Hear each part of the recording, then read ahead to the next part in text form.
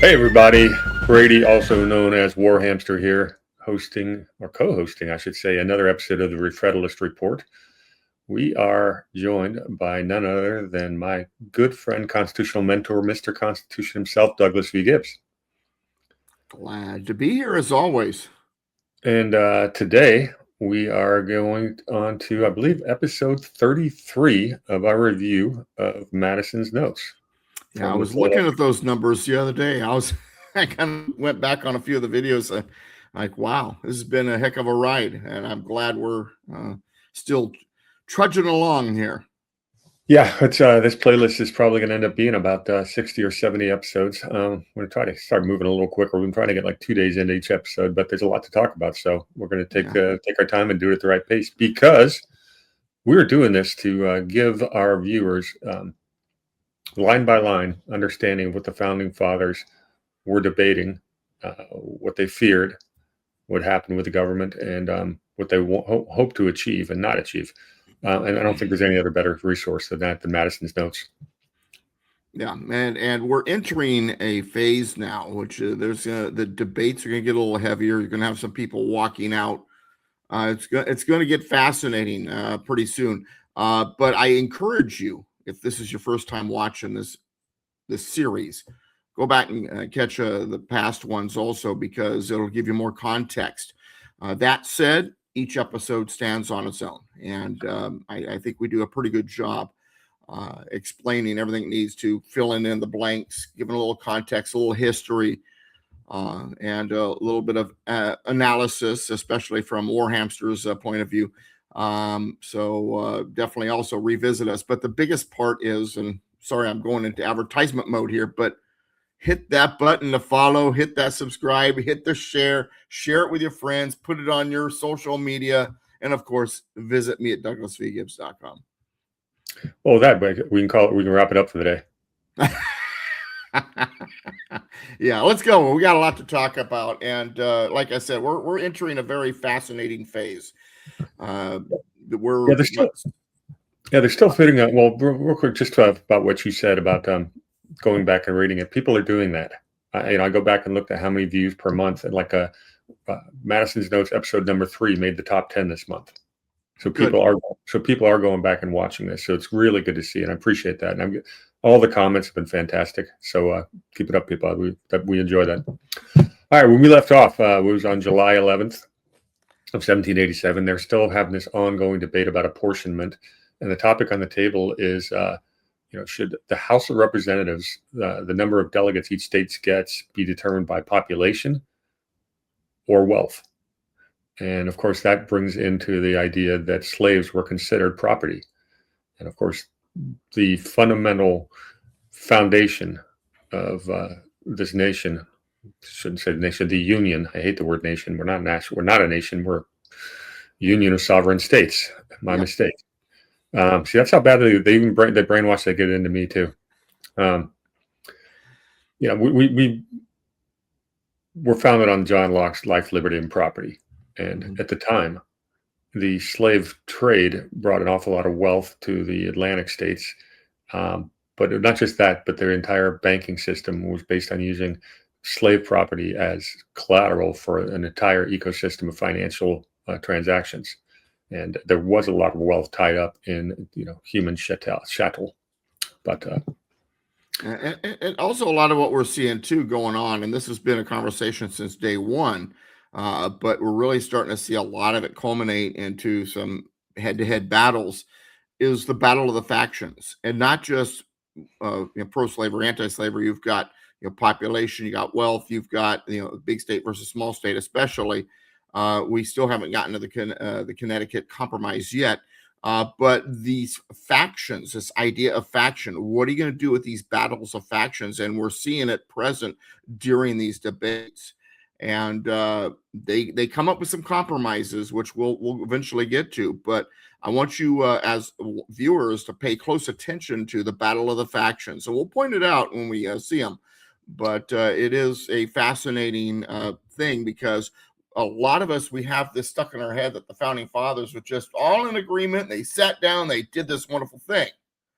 And it was as partisan as they get. if you want to use today's language. The factions were battling. Yeah, and these are regional and economic factions at the time. The Eastern Seaboard was really a mercantilist. They were into shipping and trading, and they were eventually hoping to start to industrialize. They wanted to set up this banking network that rivaled London, and then in the South it was agrarian. And these are two vastly different economic systems. Most of the exports are coming from the South, whereas New York's trying to intervene in that. This will set the stage for what they will end up calling the Civil War, which was not a civil war. It was an invasion of one sovereign republic against another sovereign republic. But I digress. All right, so let's jump in. So you don't even like a war between the states, like I prefer to call it. It was more of a war between two nations, or one nation, one federation, should we say? It was one constitutional republic invading another constitutional republic. Yeah. Well, I don't know if the North was very constitutional at that point, but okay. In form, it was. In form, the Constitution was still intact. Okay. Maybe not so much afterwards. All right. So we left off with Sherman talking a little bit about that whole thing about property versus next person to speak. This is Roger Sherman from Connecticut, folks, and this guy has always been involved. He's the only founding father to sign all 4 founding documents: the Articles of Association, the Declaration of Independence, the Articles of Confederation, and the Constitution. He is a guy who's involved and people listen to. Sometimes he's right, sometimes he's wrong. He's always interesting. Go ahead. So real quick, you see the new glasses I'm wearing? Yes. Yeah, these are my progressives, and I'm supposed to read through the bottom part of it, which means my elevated computer, I've got to look up like this. So if everyone thinks I'm not having a seizure, I'm just trying to be able to read. It takes time also to get used to the progressive. My wife took her a while with hers. That's what I'm told. Stairs are a little challenging. Yeah, mine, I only have readers. I've got great sight until I try to read something small. All right, we start with Mr. Reed. This is George Reed from Delaware. He thought the legislature ought not to be too much shackled. It would make the Constitution like religious creeds, embarrassing to those bound to conform to them. Did we already read Roger Sherman last week? Yeah, we did. Okay. We finished the sermon. Okay. Those bound to conform to them and more likely to produce dissatisfaction and schism than harmony and union. It's interesting. Actually, I like that. That's an interesting thought, to be honest with you. Comparing shackling the legislature with a comparison to religious creeds. Well, and it's interesting because there's an argument here. We don't want the houses to be different from each other. And there's another argument saying, no, we do. That's the point of having a bicameral Congress. Exactly. Which is why the 17th Amendment needs to go. George Mason, my favorite, objected to Mr. Rutledge's motion as requiring of the legislature something too indefinite and impracticable and leaving them a pretext for doing nothing. Wilson had himself no objection to leaving the legislature entirely at liberty, but considered wealth as an impracticable rule. It's interesting coming from Wilson. Yes, because he is a wealthy man from Pennsylvania. And leans in the Hamiltonian direction.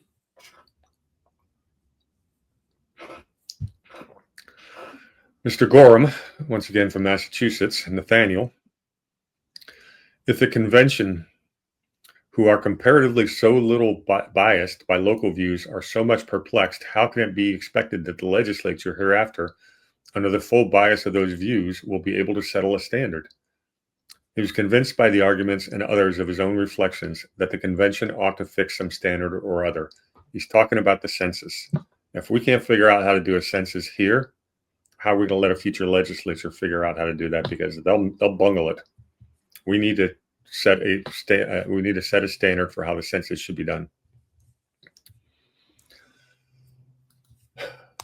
Governor Morris of Pennsylvania says the arguments of others' his own reflections had led him to a very different conclusion.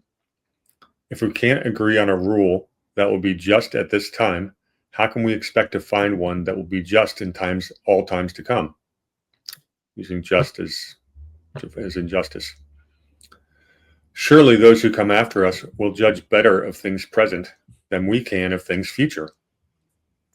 He could not persuade himself that numbers would be a just rule at any time. Saying you got to give the future Congress flexibility to figure out apportionment based on the circumstances of the time. We're trying to predict the future. Yeah, it's a reasonable thing to say. And they understood that what they were trying to create was something that really had not been attempted before. And, understand something, folks.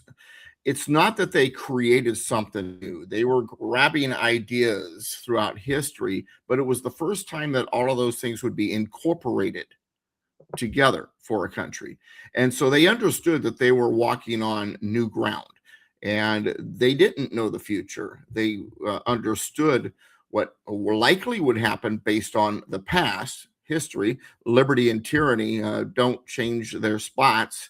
The logos may change, the names of the people may change, but the corporations may change, but liberty and tyranny, for the most part, is always going to be the same. The methods and in general, and they understood this, so they knew that there was a lot of what they could see the future, but they couldn't see the growth of the country. They couldn't see, were we going to become more industrial? Were we going to stay agrarian? Was there going to be other things? What about transportation? I'm sure they were thinking that there would be new transportation someday in the future. And they don't know what it was. They didn't know, and this is an admittance to that. And I think it was a wise statement by Gouverneur Morris, I've said a few times, I feel like sometimes he's real close to in the middle, but he leans kind of towards Hamilton. This is one of his more agreeable things that he has said. Well, he's going to change your mind right now what he says next. Oh, no. In other words, he's going to say something about George Mason. Exactly. The remarks of Mr. Mason relative to the Western country. Okay, and what Mason had said about the Western country is, look, if we're going to invite these Western territories in as states in the future, they should have this come in as equals, not as less representation. No, you people in the Atlantic seaboard with your population centers, you don't get to put yourself in a position permanently of having more power. That's what Mason was saying. Yeah, and I compare this in my mind, and I'm wondering if this was in their minds of how England treated Wales and Scotland. I mean, is it going to be we're the bigger, we're the central, you guys are kind of outliers, or should it all work together? Yeah, it's a Hunger Games type of position he's about to make. Okay, the capital has the power, and that's basically what we're living through today with DC. Mm-hmm. He says the remarks of Mr. Mason relative to the Western country. Bear with me, I got to get my alignment better. Had not changed his opinion on that head. Ready for this? Among other objections, it must be apparent they would not be able to furnish men equally enlightened to share in the administration of our common interests. That's about the most elitist comment we'll see in this entire convention. Those hicks. Well, he might as well have said those rednecks out there in the hillbilly hills or something. You jerk. Exactly what he said. Wow. The busy haunts of men, not the remote wilderness, was the proper school of political talents, meaning the cities. If the Western people get the power into their hands, they will ruin the Atlantic interests. The back members are always most adverse to the best measures. He mentioned the case of Pennsylvania formerly. The lower part of the state had ye power in the first instance. They kept it in their own hands, and the country was better for it. So fair and equitable that Delaware broke away from Pennsylvania. Yeah, I was thinking the exact same thing, yeah. Another objection with him against admitting the blacks into the census was that the people of Pennsylvania would revolt at the idea of being put on a footing with slaves. We may not have slavery, but we do not consider them our equals. And that's really people don't realize the, for lack of a better word, because they really didn't use this word back then, but the racism of the North. Oh, without a doubt, the abolitionists. This what we'd find out. We'd have this big thing called the Free Soil movement, and that had to do with the Western territories. What they were objecting to was not saying, I don't want any slaves in these new territories. I don't want to have any black people. They wanted soil free of black people altogether. These were elitist, Protestant, very much pains in the asses. For lack of a better way to say They were pricks. They would reject any plan that was to have such an effect. 2 objections had been raised against leaving the adjustment of the representation from time to time to the direct discretion of the legislature.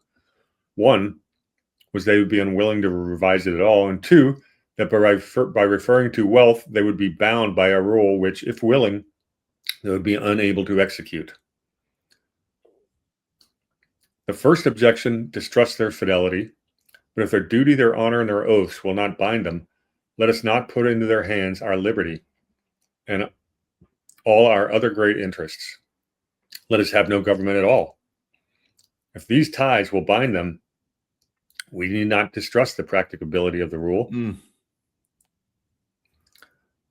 It was followed in part by the committee, and the apportionment of representatives yesterday reported to the House. The best course that could be taken would be to leave the interest of the people to the representatives of the people.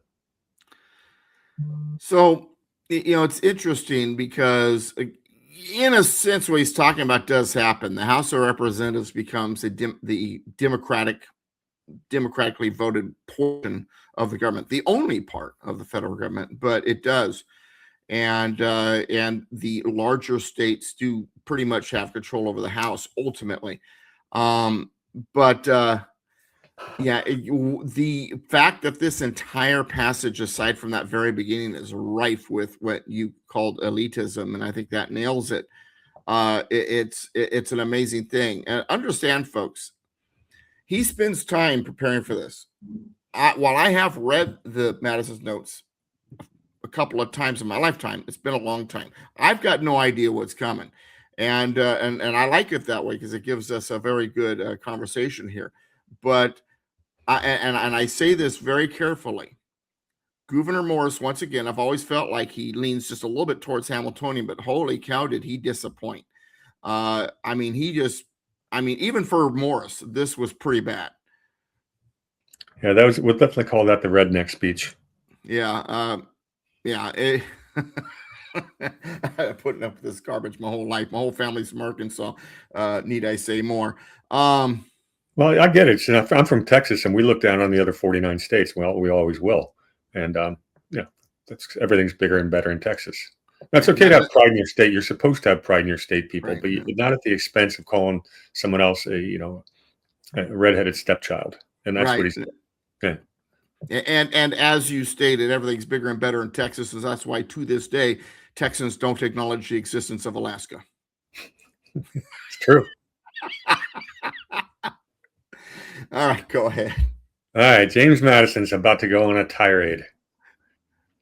All right, and so you hear Warhamster keep saying how Mason's his guy. Madison and Jefferson not being there, but he's writing Madison as my guy. And Madison at this point is starting to receive Jefferson's responses to his early letters. And you're going to start seeing the Jeffersonian influence on Madison. Go ahead. All right, Mr. Madison, once again speaking in the third person, was not a little surprised to hear this implicit confidence urged by a member who on all occasions had inculcated so strongly that a political depravity of men and the necessity of checking one vice and interest by opposing them to other vice and interest. What did he just say there, Doug? You're trying to fix a problem with bigger problems. Yeah, but he was talking about setting the factions against each other. Yeah. That's exactly what he's saying. Yeah. Well, the thing is, too, is in Federalist 10, I think is, and you, for those of you who have been along for the ride, you've heard me mention Federalist 10 a lot, and it bears repeating. James Madison goes off on the factions in Federalist 10. He talks about how, not these exact words, but basically what he discusses in Federalist 10 is that the key is to set the factions against each other. And how do you do that if you've got minority factions? You give them the voice. You create a system where they have a voice. And that's kind of what he's saying here. You take the vices, the factions, you set them against each other, you oppose them against each other. But in order to do that, you have to make sure the minority factions have a voice. Yeah, and a friendly reminder that in George Washington's farewell address, he talked about the dangers of factions as well. This was the political parties, the political factions were very much a part of the story way back then. And we would see that play out with the Federalist Party shortly thereafter. Yeah, the very fact that Hamilton called that party the Federalist Party has created so much problems when I get into these discussions with people. They say, well, the Federalists said, which Federalists? The real Federalists or the fake Federalists? The real Federalists were George Mason and his anti-Federalists. Right. And, and Madison, who wasn't necessarily an anti-Federalist, but he understood what was intended. Yeah. And that's what, that's the difference between him and Hamilton and the Federalist Papers. Madison was writing because he truly believed that what they'd created was limited government. Hamilton was writing, trying to convince people to adopt a more powerful government, knowing he would manipulate it later. He was duplicitous. If the representatives of the people would be bound by the ties that he had mentioned, what need was there of the Senate? What of a revisionary power? I was getting ready to mention the Senate because all of this that we're talking about is all about the Senate. Anyway, go ahead.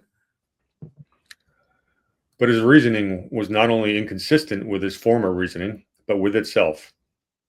At the same time that he recommended this implicit confidence to the Southern states in the Northern majority, he was still more zealous in exhorting all to a jealousy of Western majority. He's basically addressing Gouverneur Morris. To reconcile the gentleman with himself, it must be imagined that he determined human character by the points of the compass. It's well said. Well, if you're in the South, you're a redneck. If you're from New York, you're enlightened. If you're from, no. Don't even get me started on the West. The truth was that all men having power ought to be distrusted to a certain degree. Hear, hear. The case of Pennsylvania had been mentioned, where it was admitted that those who were possessed of the power in the original settlement never admitted the new settlements to a due share of it. England was still a more striking example. The power there had long been in the hands of the boroughs, of the minority, who had opposed and defeated every reform which had been attempted. Same example Doug gave. Virginia was in a lesser degree another example. With regard to the Western states, he was clear and firm in opinion that no unfavorable distinctions were admissible either in point of justice or policy. He thought also that the hope of contributions to the treasury from them had been much underrated. Future contributions, it seemed to be understood on all hands, would be principally levied on imports and exports. The extent and the fertility of the Western soil would for a long time give to agriculture a preference over manufactures. This is a really, really key point he's making here. And understand what he's saying here to kind of use a kind of a sports metaphor. I don't care what the attitude of the player is. Is he performing on the field? He's like, hey, I don't care about this stuff. In the West, they will perform. It's going to be based on imports and production and so on and so forth. He's recognizing that. And one of the very first great American fortunes proves him true. The Astor family made their money, in the fur trading business. And Doug lives not too far from a town called Astoria, named after him. So those are the Western states, and there was productive business to be done. And it proved Madison to be correct. History did. Well, it's not only that, but also things take time. I mean, do they not remember how it took time for the colonies to develop? But you got to remember that a lot of this, these prejudices come from their own states. You got to realize that Pennsylvania, the area around Philadelphia, was considered to be much more advanced than Western Pennsylvania. Those were a bunch of Hokies out there, not to steal from West Virginia there. And this was kind of the attitude. New York did the same thing. All of these states, they did that. Everything along the coast, that was elite, and everything else, well, they're a part of the state, I guess. This elitism, this Atlantic corridor elitism, really has been a plague on our country since its inception. We saw this. Absolutely. We saw this was the Boston Brahmins. How the Ivy League schools permeate every area of government. You have to go to the right schools, and air quote the right schools, as if it's some kind of a inherited ability to be better rulers and stuff like that. And this is really what led to the quote unquote Civil War and a lot of everything we've seen since. It's a lingering poison of things like the Puritans and the English class system, and it was a lingering poison that's kind of stayed right there. And to this day, the far Northeast, and my apologies, anybody who lives out there and you're not a member of this elitist attitude, but even to this day, New England and kind of that corridor in that area, just south of New England, kind of continues to this day to carry that same Puritan Yankee, as our good friend Brian McClanahan might call them, attitude. It's still there. It still lingers to this day. It's never gone away. No, and like I said, I live among it. I'm smack dab in the middle of it. And it's well, you're one of the better. I mean, not the Portsmouth is, but the rest of the state is one of the better corridors and areas out there. But yeah, and it's unfortunate. I'm sure the stench of the hard leftiness of Massachusetts comes across the state line every once in a while. But not to mention Massachusetts' old possession, Maine. It's a constant topic of conversation here. Believe me. Yeah. It says the guy who lives on the West Coast. I'm right in the middle between Portland, LA, San Francisco, Seattle. Yeah. Of course, this is a whole different stench out here. It's even worse in many ways. But that's an elitist stench, that not just a lefty. Even when they kind of treaded in kind of the right direction, it was, but we are, and I totally get it. I had a business lunch the other day with a gentleman who went to boarding school, Phillips Exeter. It's about half an hour down the road. Which one of those elite grooming boarding schools? Mm-hmm. And we had a chance to talk about this stuff. He's a really good guy.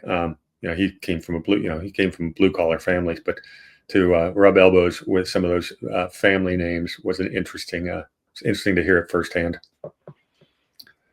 All right, trials would be repeated till some articles could be raised from it that would vary transportation to places where they could be exchanged for imported manufacturers. It's something I mentioned earlier. Transportation is key here when it comes to movement of product, especially in a vast land. They're not sure how they're going to do it yet, but they know transportation's a key and something is on the horizon. Well, Hamilton's got a pretty good idea of how he's going to do it, because one of the first things he's going to do when he gets in there as Secretary of Treasury is move for federally funded internal improvements. Mm-hmm. Those were the canal system. Yes, canals were great for trade, but should the government be paying for it? Right. Or should the businesses that profit from it pay for it? That's really the key question. And we would see that play out again. And this is going to be part of my debate with Matt Arrett. He'll talk about how great the Intercontinental Railroad was. And sure, it opened up the West, but at what cost? Well, it turns out there was another Intercontinental Railroad that wasn't done with government money. It's called the Great Northern Railroad, almost as long, built with private money, and half the time at half the cost, without the slave labor. Mm-hmm. Government doesn't do anything very efficiently. But the problem is, when you do federally funded internal improvements, you create a system of crony capitalism. You now have an incentive for wealthy people to put politicians that are on the take into power, so they'll make sure that the government expenditures benefit their companies. Mm-hmm. Crony capitalism. This sets up the entire regulatory scheme, but that'll be on next week's debate, so I'll leave it there. Okay. Whenever the Mississippi should be open to them, which would of necessity be the case, as soon as their population would subject them to any considerable share of the public burden, imposts on their trade could be collected with less expense and greater certainty than on that of the Atlantic states. Is Madison suggesting way back in 1787 that the Mississippi River is going to be under American hands? He most certainly is. Little manifest destiny going, huh?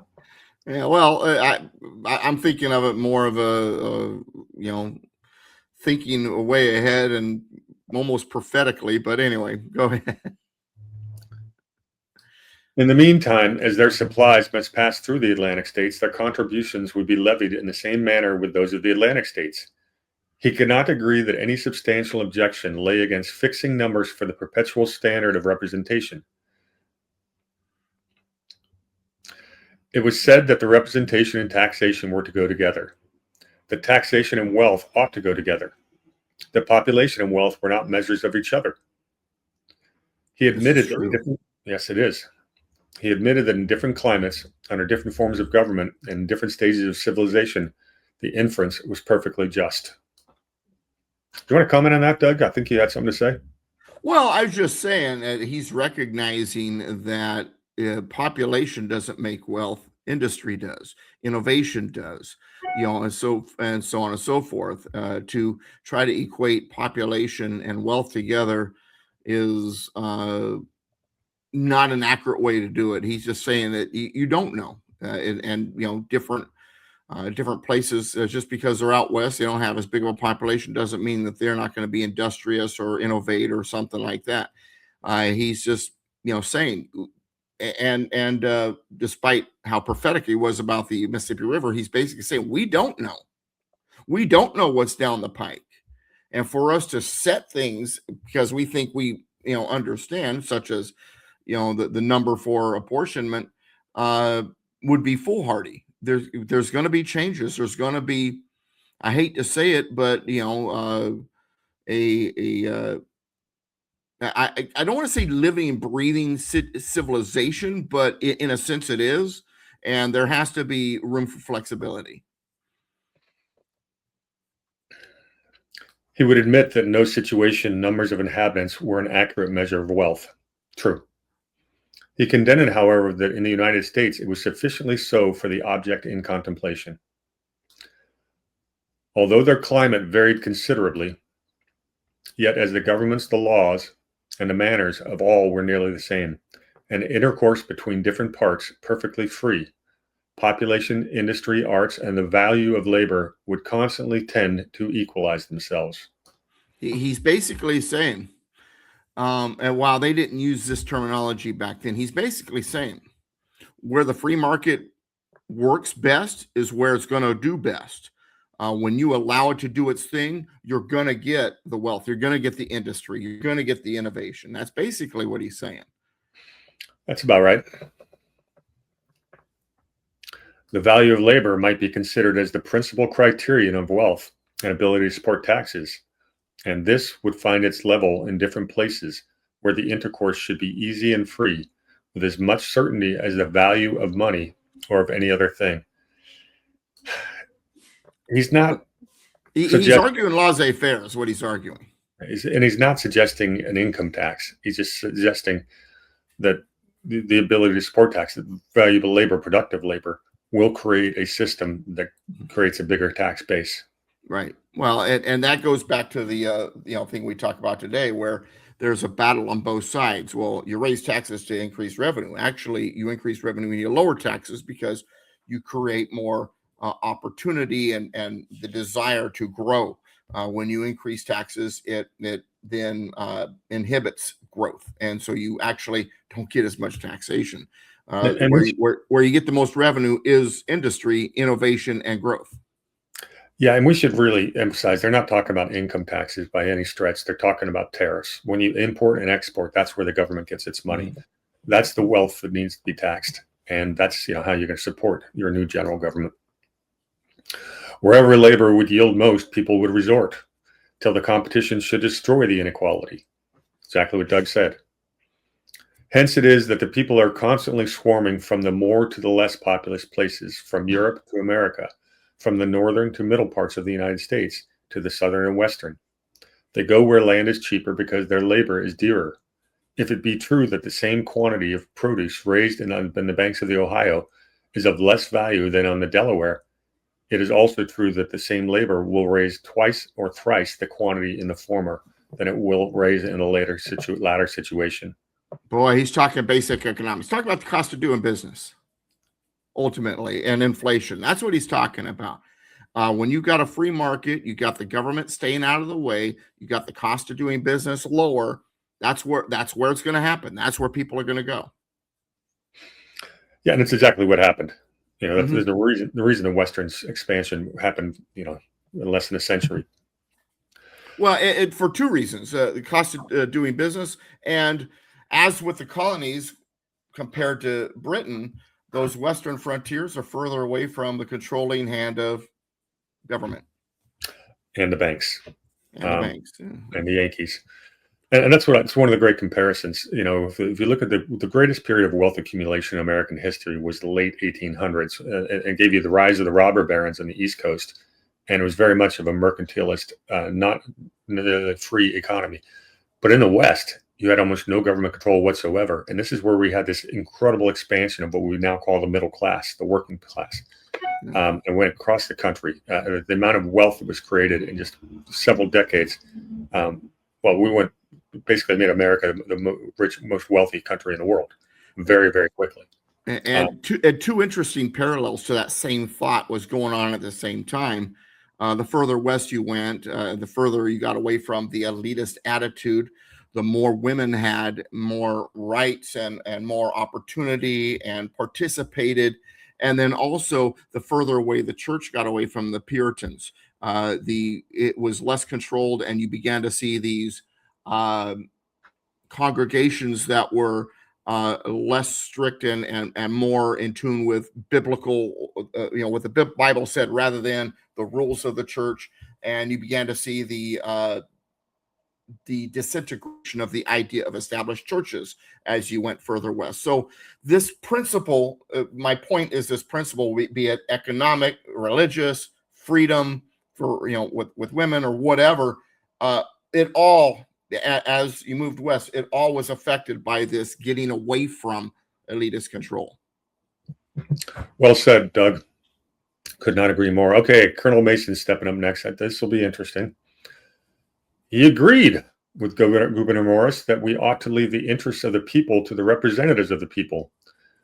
But the objection was that the legislature would cease to be the representatives of the people.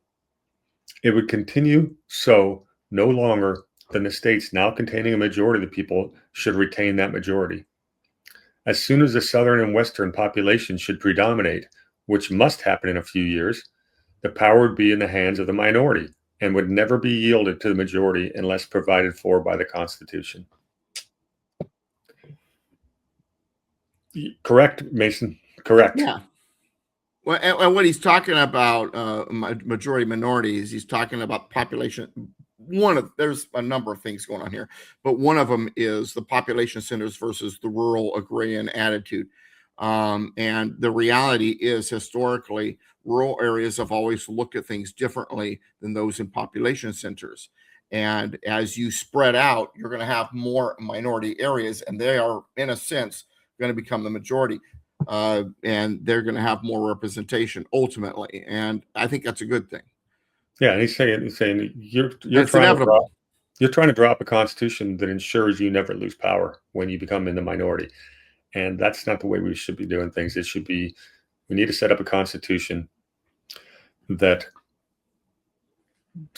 creates a I guess edifice that allows for what the future growth will be and continues to be fair in the future.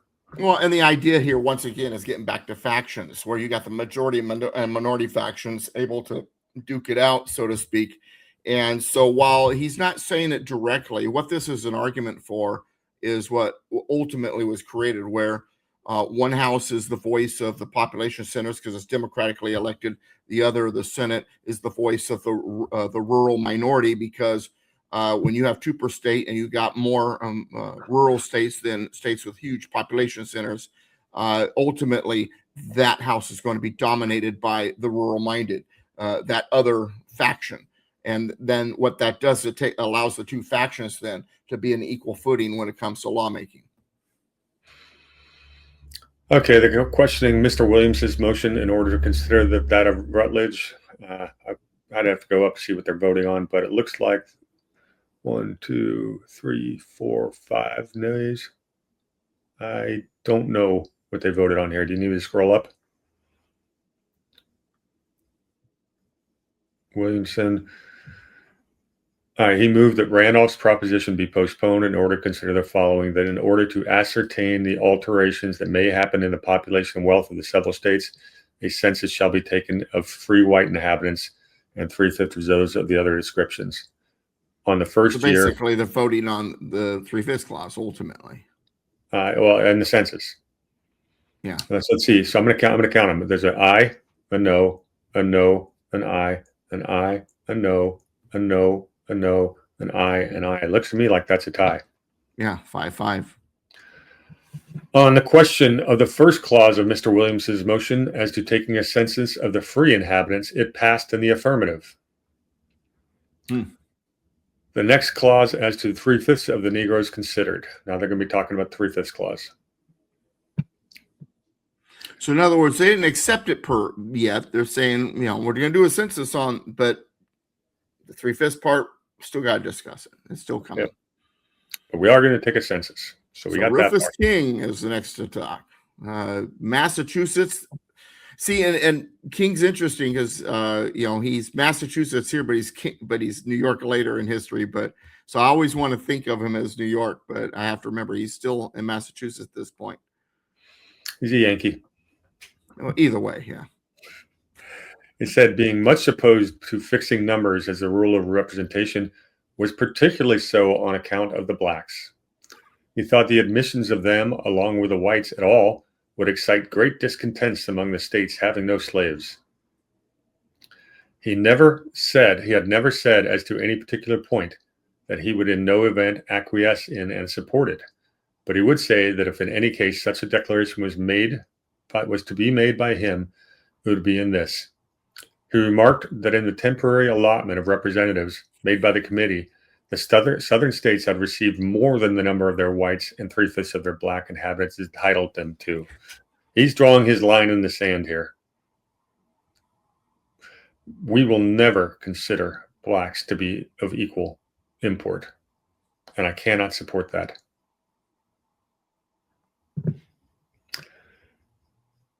Mr. Sherman, he says South Carolina had not more beyond her proportion than New York. Let me go back to something. Doug, he says King was wrong about something right here. So at this point in time, every single state had slaves, correct? Yes. All right, so King was wrong about that. Among the states having no slaves when he said that.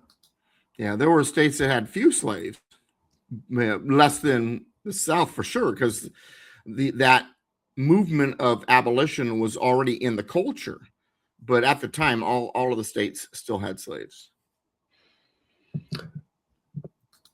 Mr. Sherman's now speaking. Says South Carolina had not more beyond her proportion than New York and New Hampshire. Is Sherman saying you're a liar?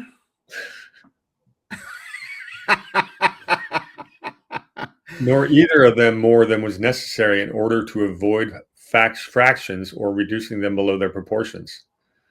Georgia had more, but the rapid growth of that state seemed to justify it. Mm-hmm. In general, the allotment might not be just, but considering all circumstances, he was satisfied with it. Yeah, hey man, we're guesstimating here, man. Chill. We're figuring it out. That's basically what he's saying. And he did call him out. It's like, no. Southern states are not getting a bigger proportion than what they're due based on our calculations. You're a liar, King. Mr. Gorham, Massachusetts, supported the propriety of establishing numbers as the rule. He said that in Massachusetts, estimates had been taken in the different towns, and that persons had been curious enough to compare these estimates with the respective numbers of people.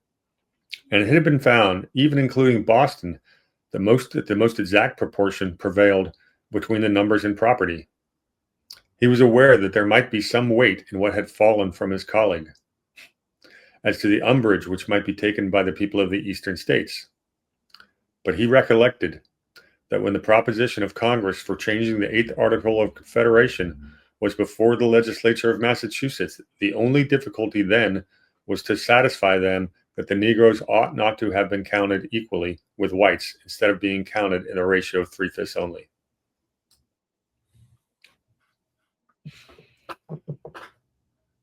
More 3/5 clause. Mm-hmm. Mr. Wilson did not well see on what principle the admission of blacks in proportion of 3/5 could be explained.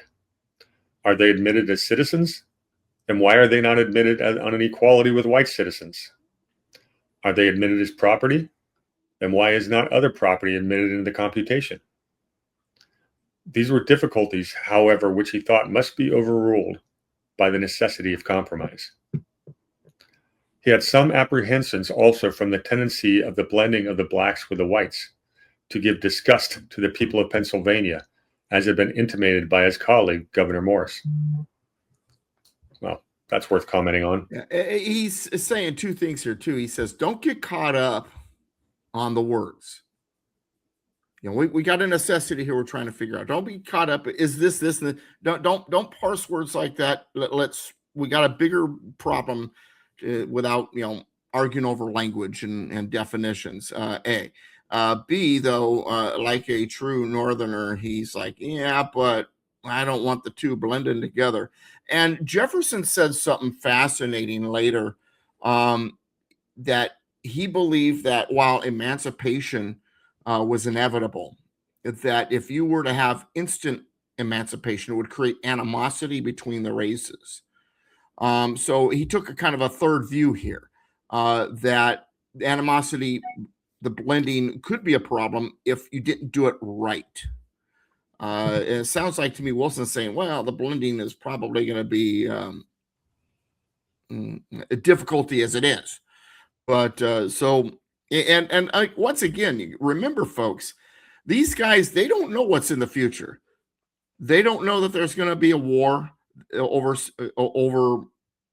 slavery, even though it wasn't technically over slavery, but ultimately that's what it became by the end of it. They didn't know that the Missouri Compromise is on the horizon. They didn't know any of this yet.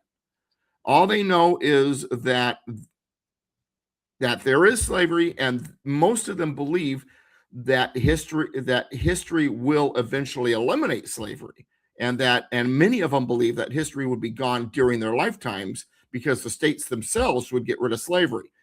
And so you got to keep that in mind while they're discussing this. They don't know what you know. Put on your 1787 thinking hat, and when you listen to these guys talking about this. All right, he continues. But he differed from him in thinking numbers of inhabitants, so incorrect a measure of wealth. He had seen the western settlements of Pennsylvania, and on a comparison of them with the city of Philadelphia, could discover little other difference than that property was more unequally divided among individuals here than there, here being Philadelphia. Taking the same number in the aggregate in the two situations, he believed that there would be little difference in their wealth and ability to contribute to the public wants.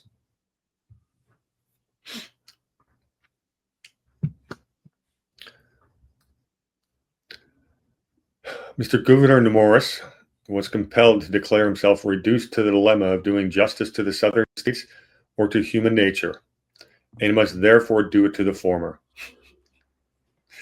Interesting. For he could never talk about a back and forth going on, but anyway, go ahead. For he could never agree to give such encouragement to the slave trade as would be given by allowing them a representation for their Negroes. And he did not believe those states would ever confederate on terms that would deprive them of that trade. Now, understand, Morris was staunch.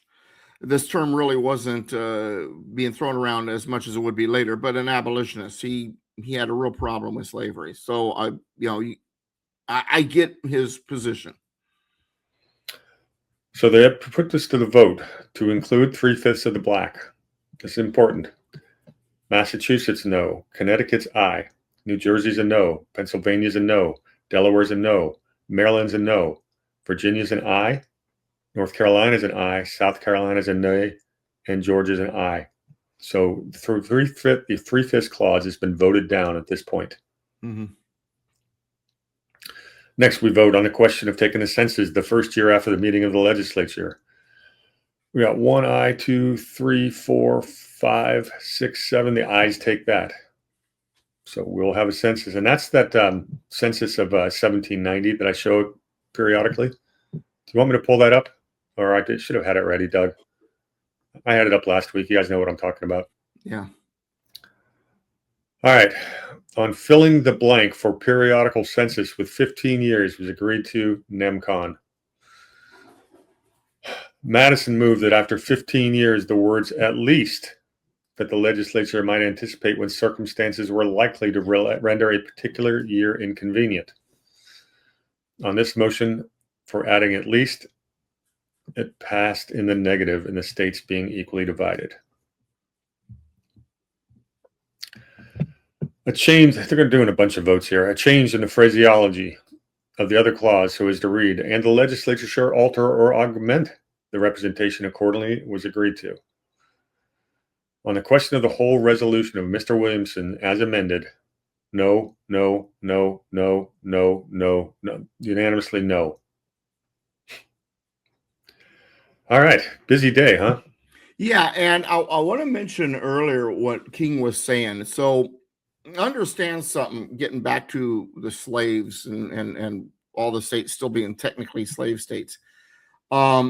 Massachusetts and Vermont, which was a region, it wasn't a state yet, and Pennsylvania, New Hampshire, Connecticut had all been working on legislation. The only legislation that had been passed prior to the Constitutional Convention that was about reducing or eliminating slavery was in Vermont, who banned slavery in 1777, which, once again, it's a region at that point.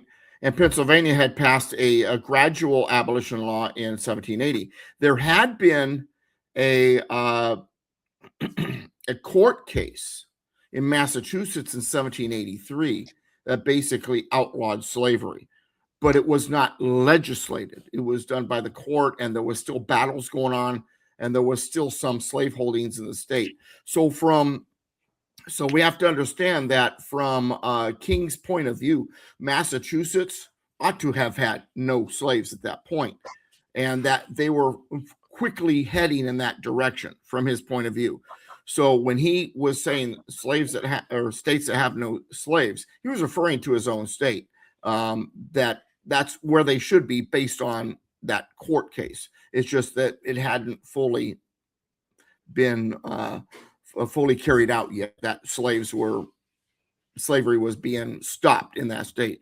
Another point that's very fascinating is we tend to think of all the southern states as being slave states, the northern states ultimately not having slaves.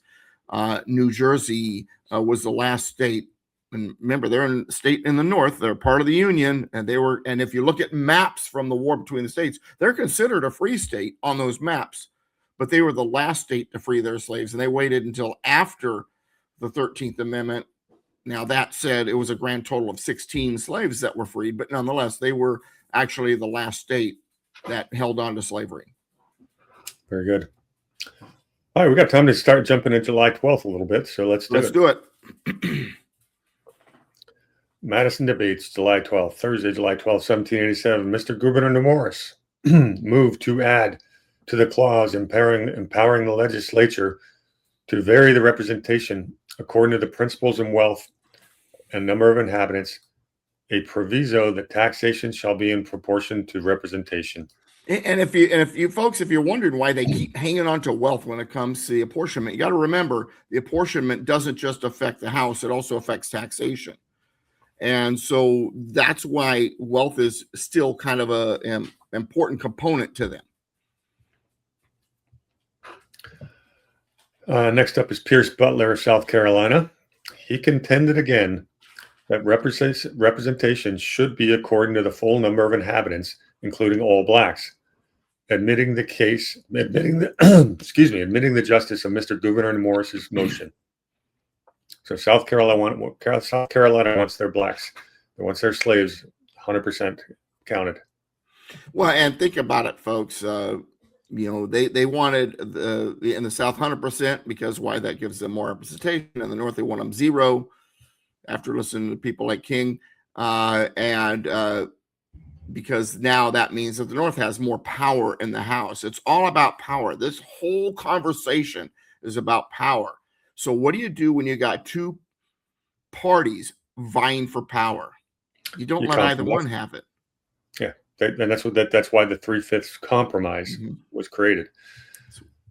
It was all about math, not about whether or not they thought someone was a percentage of a person, as we hear from certain parties out there, like from the 1619 Project. It's all about math and power. George Mason also admitted the justice of the principle, but was afraid embarrassments might be occasioned to the legislature by it. It might drive the legislature to plan of requisitions. Not sure what he's referring to with the requisitions there, are you? No, I'm not. I was thinking, and I was hoping you wouldn't say, "Well, Doug, what's he saying?" I'm not really sure. It's been, and like I said, it's been a long time since I've gone through these. Yeah. But he has requisitions capitalized. So, Yeah, something we need to research. yeah, let's make a plan on answering that question for the audience when we start next week. Okay. Absolutely. You got a homework assignment, Mr. Gibbs? All right, hang on a second. Let me do something here. You want me to wait? I'm taking a screenshot so that I know what we're going to do here. All right, got it. Go ahead. Okay. Mr. Gouverneur Norris admitted that some objections lay against his motion, but supposed they would be removed by restraining the rule to direct taxation. With regard to indirect taxes on exports and imports and on consumption, the rule would be inapplicable. Notwithstanding what had been said to the contrary, he was persuaded that the imports and consumption were pretty nearly equal throughout the Union. That's an economically illiterate conclusion, but he's still talking about direct taxation. This doesn't exist under the Articles of Confederation. So no, and they make it a point in Article 1, Section 9 of the Constitution later on to pretty much say no direct taxation whatsoever will be allowed. Now, that said, Gouverneur Morris, while he's not related to the other Morris, Robert Morris, they do have a lot of similar ideas when it comes to economics, and direct taxation is one of them. All right, Pinckney of South Carolina liked the idea. He thought it so just that it could not be objected to, but foresaw that if a revision of the census was left to the discretion of the legislature, it would never be carried into execution. Congress can't count people. The rule must be fixed and the execution of it enforced by the Constitution.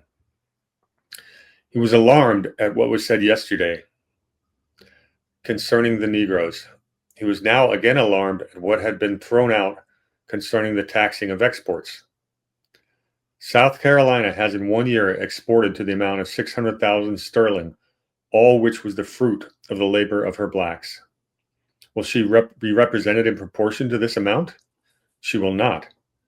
Neither ought she then to be subject to a tax on it. He hoped a clause would be inserted in the system restraining the legislature from taxing exports. I want to go down there. You're not going to acknowledge what we do. Don't tax us on it then. And that's really laying the ground for what became 70 years of strife, which would lead to the Civil War. I want to go down and look at these footnotes real quick. All right.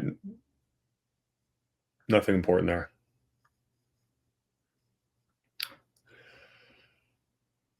James Wilson, Pennsylvania, approved the principle, but could not see how it could be carried into execution unless restrained to direct taxation. Yeah, he's almost saying like, okay, I get the intention, but how will you enforce it? But that's a valid point. I don't necessarily agree with them, but it's a valid point from their point of view, from their way of looking at things. All right. Gouverneur Morris, having so varied his motion by inserting the word direct, it passed as follows: provided that direct taxation ought to be proportioned to representation. So in other words, all right, you can have your direct taxation, but it's not going to be directly on the people. It's going to be directly on the states. That's basically what he's saying. And that's actually what they wind up doing in Article 1, Section 2. Mr. Davy, who is William Davy of North Carolina, said it was high time now to speak out because I've been quiet. He saw that it was meant by some gentlemen to deprive the southern states of any share of representation for their blacks. He was sure that North Carolina could never confederate on any terms that did not rate them at least as 3/5. If the eastern states meant, therefore, to exclude them altogether, the business was at an end. I'm walking out the door if you try to do this. It's a pretty strong statement, huh? Mm-hmm. All right, next up is Dr. He's not the first one to threaten walking away, by the way. But anyway, go ahead. Next to speak is Dr. Johnson. I believe that's William Samuel Johnson of Connecticut. He's not the first. He won't be the last. All right, go ahead. Well, Johnson thought that the wealth and population were the true equitable rule of representation. But he conceived that these two principles resolve themselves into one, population being the best measure of wealth. He concluded, therefore, that the number of people ought to be established as the rule, and that all descriptions, including blacks equally with the whites, ought to fall within the computation.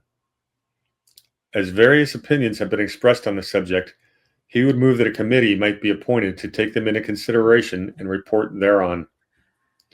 He's in a roundabout way saying that while population doesn't mean wealth, wealth will attract population, and it will mean wealth. Population and wealth go together. Even if the lower population creates the wealth, it will attract more. It will become a population. This is what wealth does. That's what he's basically saying. Gouverneur Morris has had a very busy day, or a couple of days. It has been said that it is high time to speak out. As one member, he would candidly do so. He came here to form a compact for the good of America. He was ready to do so with all the states. He hoped and believed that all would enter into such a compact. If they would not, he was ready to join with any states that would. But as the compact was to be voluntary, really? Okay. It is vain. Why am I emphasizing that? The whole voluntary union. Secession. Yeah. It's a voluntary union. That's the reason why they left out the word perpetual. Which was in the article. And every time I've gotten to the secession argument, I have had my opponent go, well, it says perpetual, and the article goes, right. You're right. It does. And it's not in the Constitution. You can't say because they said perpetual in the Articles of Confederation that means secession is illegal in the Constitution. They purposely left that word out.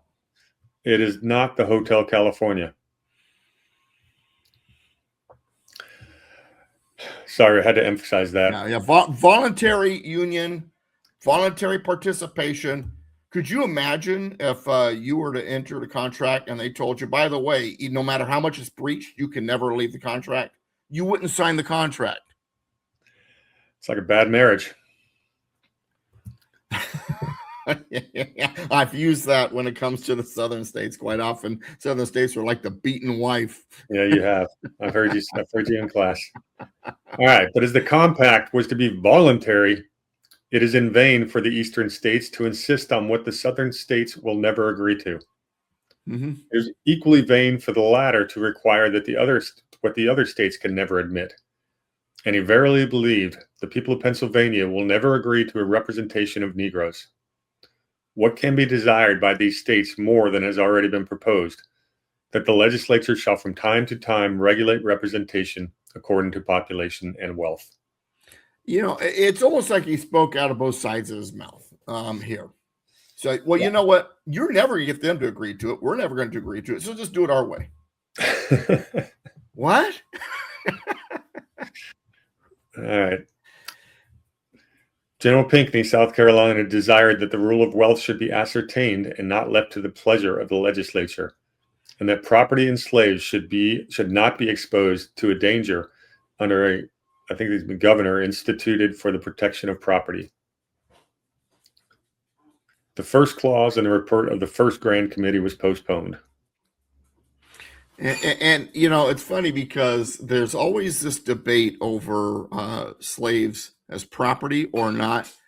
And understand something, and not that I mean to muddy this a little bit, but the term property was an important thing to the founders. If they were property, this is a big deal, because property rights, John Lockean ideas about property, was huge to these guys. So are they property, or are they something else when it comes to the slaves? And this is why it was such a big debate, because if they are property, hands off.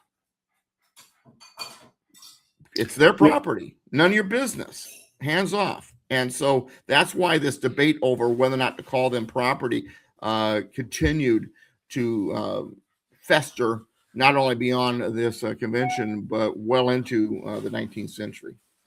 Yeah, and I mentioned this last week, but it's worth repeating. The entire financial structure of all the colonies were built around the idea of slaves being property. There's an entire lending and banking system built on that collateral. Right. This is how you were borrowing from the banks to seed your crops, and you use your slaves as collateral for these loans. The entire north, this whole industry came from the north as well. They benefited from they bought into the property idea that a human being should be property, because they understood what property meant when it came to the general sense.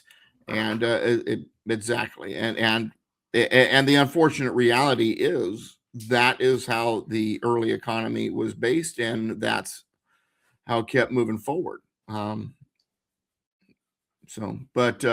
yeah, pay attention, because the word property does get used, and because it's a big debate. There's a lot of people like, no, can't be. Do you understand what you're saying when you use the word property? Yeah. Then there's going to be a lot more debates. We'll have to spend some more time on the slavery question leading up to the Civil War in the future shows, but it's a pretty important subject, and it's a good place to quit right there. It was a subject that was debated on the floor for the Declaration of Independence, the Articles of Association, and understand that slavery on both sides was a battle, even when it came to Britain. Remember that Jefferson had written 168 words of anti-slavery language, and he blamed the king for the slavery. Virginia, as a commonwealth prior to the Declaration of Independence, had requested from Parliament over 60 times, which Jefferson makes mention of in his 168 words, to allow them to abolish slavery, and the Parliament and king every single time said no, because it's cheap labor, cost of doing business, and the Britain looked at the colonies as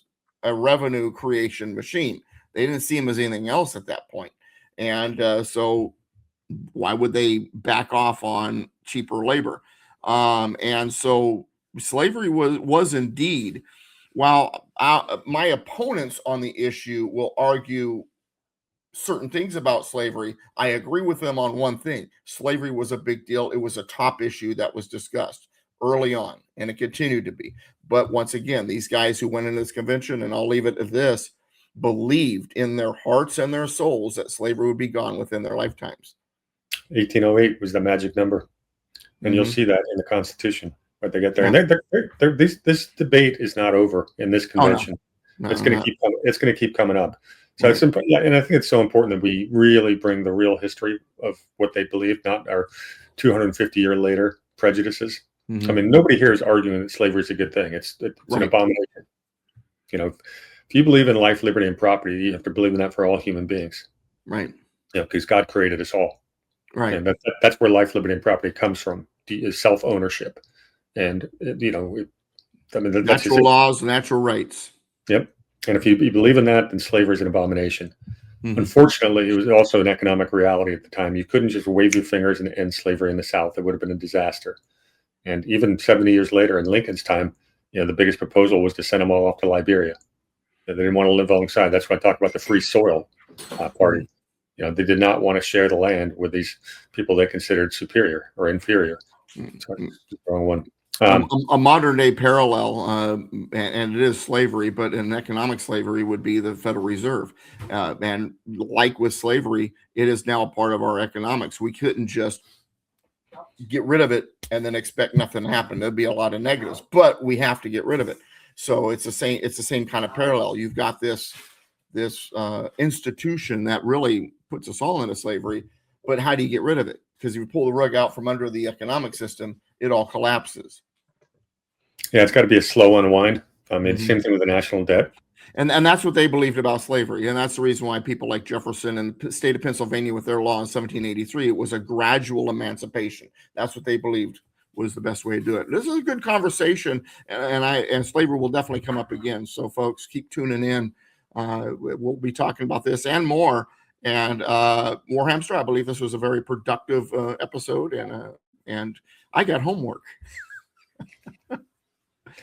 I'll look into it too, see if I can come up with something similar. But Doug, as always, it's been an absolute pleasure, and I will catch you. If I don't know, who knows? Maybe I'll raid one of your shows over the weekend. But Right. Until then, everybody. Don't forget, folks. Don't forget, pay me a visit. By the way, I'm reading one of your articles right now. I was before this morning, so good stuff. You should subscribe to Doug's stuff. It's a walking classroom in history. So he tries to keep it going. Yeah, you stay up on current events too. Sometimes you need a little helping hand on them, but that's just the way it works. Why we work as a team. Yeah, very good. All right, cheers, everyone.